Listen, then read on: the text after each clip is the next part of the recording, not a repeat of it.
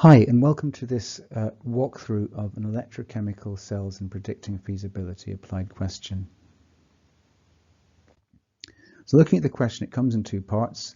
In the first part, you're to draw a labeled diagram to show how the standard electropotential of a tin 4 plus tin 2 plus redox system could be measured.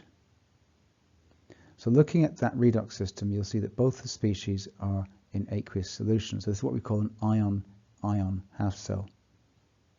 So to measure the electropotential of any half cell, you have to connect it up to a standard hydrogen electrode.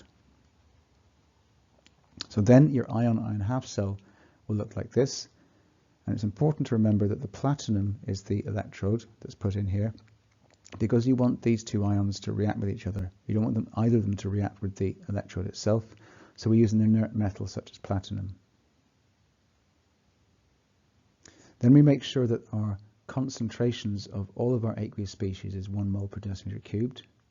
And finally, the pressure has to be 100 kilopascals for our hydrogen gas and also 298 Kelvin. So therefore, we've taken care of standard conditions. The next thing to do is to connect up a voltmeter. And then finally, we can put a salt bridge in at the bottom. So the voltmeter is there to measure the cell potential.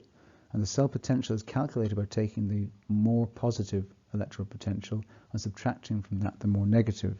So in this case, the more positive electropotential is plus 0.15. Subtract from that 0.00 for your standard hydrogen electrode, and it gives you what's in the table, plus 0.15. So the salt bridge allows the circuit to be completed, so then you can actually take that measurement.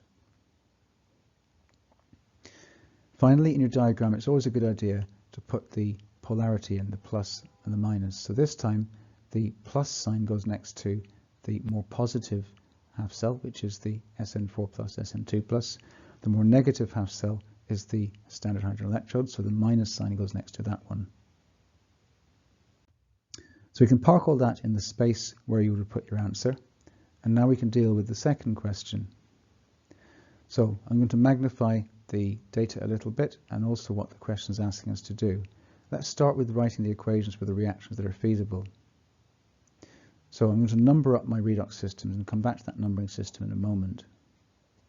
So what I'm doing here is essentially choosing pairs of redox systems where the half equation with the more negative electropotential proceeds as an oxidation. So the POE shifts to the left. The one with the more positive electrode potential proceeds as a reduction, so the position of equilibrium this time shifts to the right. So let's start with systems 1 and 2.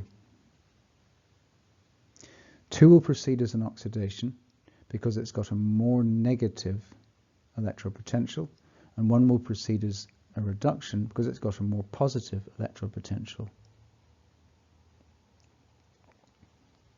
So this is my equation I've come up with. I've done this by multiplying the top one, the number 1, by 3. So why have I done that? It's so I can end up with 3 electrons on both sides and cancel them out when combining the two half equations.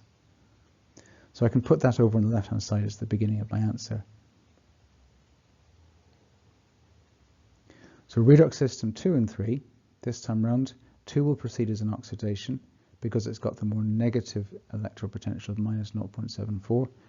3 will proceed as a reduction because it has the more positive electropotential of plus 0.15. So what I have to do this time round is to multiply them all up so that I have 6 electrons on both sides. So to do that, I have to double redox system 2 and treble redox system 3. So that's where the balancing numbers of 2 and 3 in the equation come from.